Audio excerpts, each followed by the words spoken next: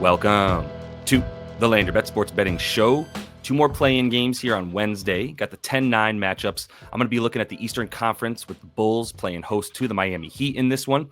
Looking at Tuesday here as I'm recording. Doing pretty well so far. Looks like we're going to make money in that Eastern Conference 7-8 matchup with the Hawks and Magic. And then we still have that Warriors game coming up here in a minute. I'm pretty excited for these playoffs, like I mentioned on the other videos, so that we can get into some deeper level analysis and I can bring you guys some stronger insights with fewer games on the docket, so we have more time for each, right? So if that all sounds good, give this video a like. Let's get right into it.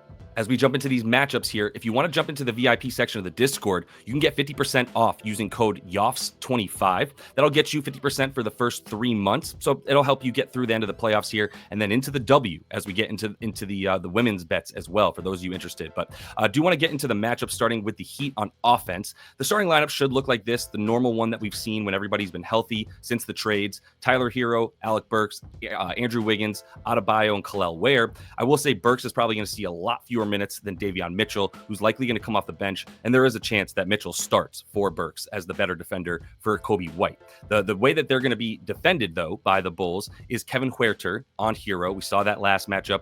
Coby White on Burks, saw that as well. And then Giddey on Wiggins, Vooch and Adebayo, and then Buzelis is going to be guarding Ware, which seems like a pretty good matchup for Kel'el Ware, who did take advantage of that with a bunch of points around the rim in their last game. So we're going to talk about that here in just a minute. But I want to get to the other matchups as well in terms of Chicago and what they're going to do on offense here. Same starting lineup we just saw, but we're going to have Wiggins on Coby White, which is pretty important to keep in mind. He'll split some time between Giddey and Coby White, but he will start out on Coby. So that has been a big reason for why Coby White has not done well in the last couple matchups with the Heat. Hero on Huerter, and then Adebayo on Giddey. That's another one to really keep in mind here, is that when Adebayo is playing with Kel'el Ware on the court at the same time, he's guarding the smaller, more versatile players like Giddey, and then Kel'el Ware stays out on the big men like Nikola Vucevic. And then Alec Burks is going to be guarding Matas Buzelis when he's out there as well. Things change a little bit, right? When Davion Mitchell comes in, he guards Coby White, and then Wiggins goes down to either like Giddey or Buzelis, but there's a little bit of flexibility. This is going to be the key for what we see most often, though.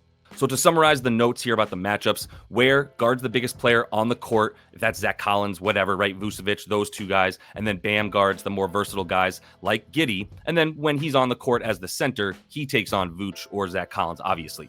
Wiggins on White, and then mostly on Giddey otherwise. So you kind of see Kel'el Ware come off as the first sub for Miami. And then that's when you see Wiggins switch over to guarding Josh Giddey. And you see Bam go over to Vucevic. Davion Mitchell goes over to Coby White. So things will switch around a little bit there, but it's going to be pretty much even amount of time for all these guys on the two separate guys that they're mostly guarding. And like I said, expect a lot more Davion Mitchell, probably closer to like 33, 34 minutes for him. We've seen Alec Burks start and only play like 15 minutes. That's why his props are super, super low.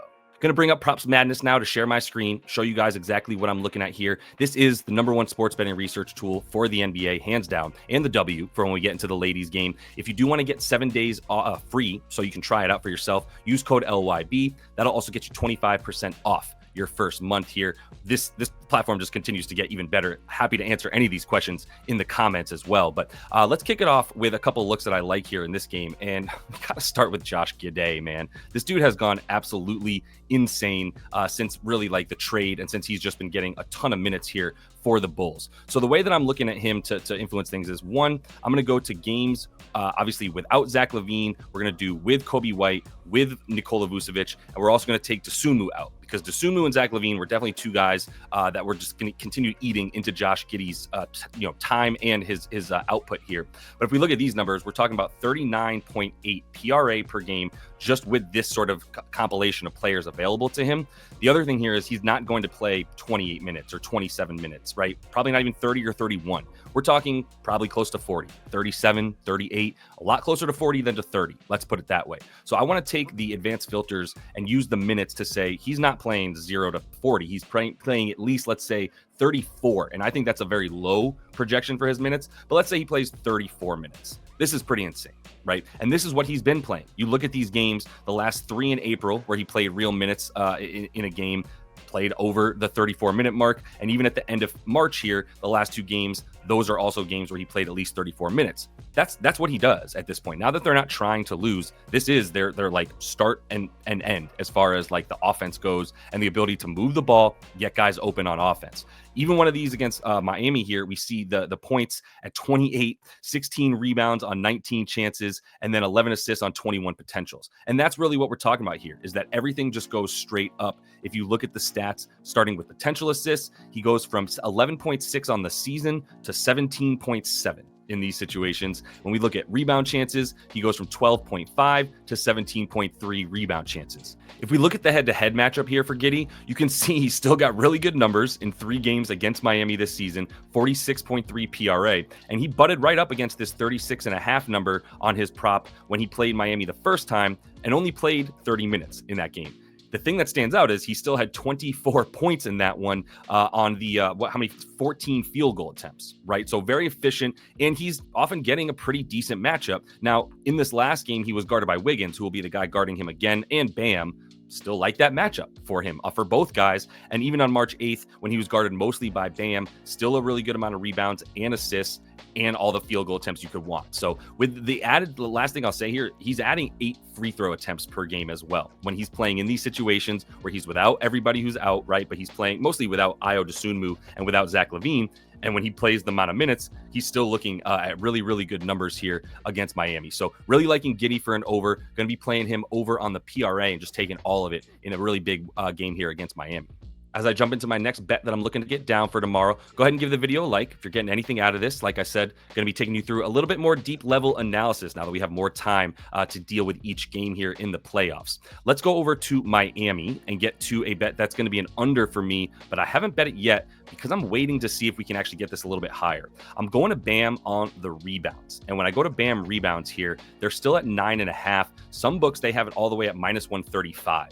So that tells me it might get bet up over 9.5 and spill into 10.5. And I like an under. And apparently I don't like what most of the market likes as money comes in on the over for Bam rebounds. That's great. When you have something that you like that the market is in the opposite, you're going to make more money if you're right? So I'm going to believe in what I've got here, which is when he plays with Tyler Hero, Andrew Wiggins, and then the other important one is Kel'el Ware. When he plays with all 3 of those guys, not very good on the boards, right? Over in just 5 of 16 games. Now, let's make sure we give him minutes because he's not going to play 0 to 30 minutes. He's going to play at least 30, and he's probably going to play closer to like 34 as well. So we'll give him a floor of 34 minutes to see if that really impacts things. And it doesn't. He's still at 8.8 boards per game in these situations, under in 4 of 12, and both games against the Bulls in this situation, he also went under, despite 16 rebound chances in this last game. But even if you just take this and do it without all these filters, even in the first game he played, right, 16 rebound chances, 8 rebounds, which is what we talk about. You usually expect about 50%, maybe 55 at the most or so, to end as your rebound chances to end up as rebounds. And if he needs 10, hopefully even 11 in this situation, I don't like him to do that when he's just averaging in these against this team 10.7 rebound chances per game. And if we go back to not the head-to-head stuff, but we just keep it for all the games where he's played with these dudes, with Wiggins, Hero, Hero and Ware, and I should add Wiggins in here again as well. When he plays with all 3 of these guys, we're still talking about over in just 4 of 12, even with this minutes count, and the rebound chances 13.3. So reasonably, we should expect him to get 7, maybe 8 on the high side for these boards, but not 10 and not 11 for sure. That's how I feel about it. If you break this down even more to where it's just Bam on court with Hero, Ware, and Wiggins. When he's playing with those 3 guys at the same time, he's at 7.6 rebounds per 36 minutes.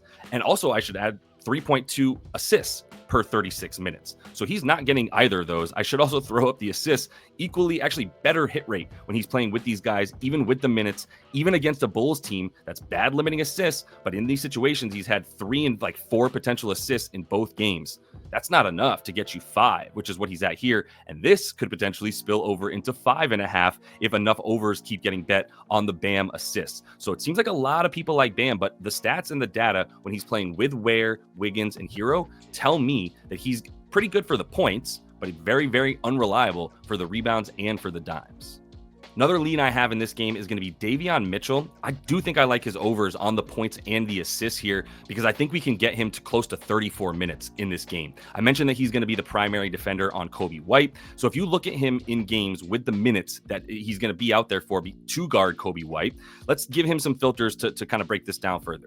Tyler Hero, we're going to put in, Bam, and Andrew Wiggins, all going to be in this game. And whatever, we'll throw Kel'el Ware in there. I believe he's played for most of those games as well. In all these games, he's at 15 PA per game. Not quite what we want if he's at 15.5 on this game, but he's not playing no 0 to 30 minutes. Like I said, he's playing at least 30. So let's just give him that. Let's give him 30 plus minutes since he's been playing with Hero, Bam, Wiggs, and Kel'el Ware.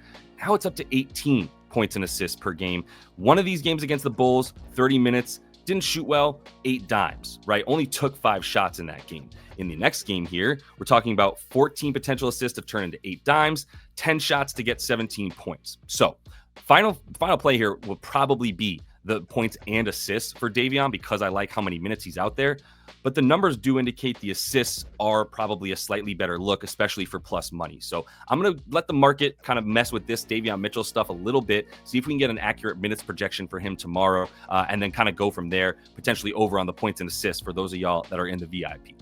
I've also got a couple things I just want to warn you about. I haven't bet any kind of unders or anything on this bet right here where I'm talking about Coby White. This is definitely a lean just to point something out to you guys, which is head to head. And there's conflicting data. That's the bottom line of what I'm about to share with you is there's conflicting data on Coby White. If you look at the matchup, 22, 21, 18 points in these games, doesn't really matter who's playing. He's not shooting a good percentage. He's not even getting that many shots off. About 16 and in the last game, 14 because he got to the free throw line a good amount. But his main matchup, as we talked about in the beginning here, has proven to be pretty difficult. Mostly it's going to be either Wiggins or Davion Mitchell. And especially Davion Mitchell, who we expect to be out there for at least 30 minutes in this game, is going to be the primary defender on Coby White probably most of the time that he's out there. That has resulted in not good numbers for him, obviously.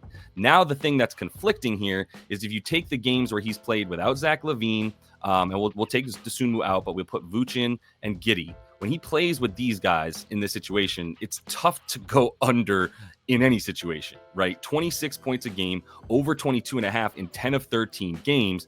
The minutes for him, he's up to 34.7. The usage rate is really high, up to about 25.5%, meaning the usage rate indicates he's taking lots of shots and really has the ball in his hands, distributing even a lot as well. It's just when he's played against the Heat, he's done super poorly. So if you want to bet on White, and I probably will stay away, although I lean strongly to the under because of the matchup more than anything, these numbers scare me enough to probably just stay away from Coby White here, especially on the points or anything. But even the assists, they're all a little bit better when he's played with all these guys. They just are not good against the Heat. So all of his problems I'm staying away from. Just wanted to give that little word of warning there. Similarly, I also wanted to give a quick warning about Alec Burks. I know that I mentioned he's probably going to play under 20 minutes in this game, but here's the thing. With Hero, Ware, Wiggins, he's playing with all these guys, right? Look at these last 4 with all these guys. 24 minutes, 16 minutes, 16 minutes, and 22 minutes. So he's hovering right about what he's going to play in this game, 15 to 20 minutes, let's say. Even in these games where he's played that few minutes, he's still getting the points because he doesn't need that many shots. And to be honest, he's a shot chucker. Right now, he's hitting a ridiculous percentage, 50% from 3, 60% from 3, not things you want to bank on, especially against the Bulls team, which has been playing much better defense as of late. Still, this is not an under for me. It's a stay away for me and Alec Burks because he's proven that if he just gets hot in the 15 minutes he's on the court, 6.5, 7.5 points is very, very doable for him. Remember, if you do want to jump in that VIP, code YOFS25 is going to be the thing to get you 50% off there first 3 months that you're in VIP there. That's going to take us through these NBA playoffs and right into the W as well. So hope to see y'all in there. And until I do, happy betting.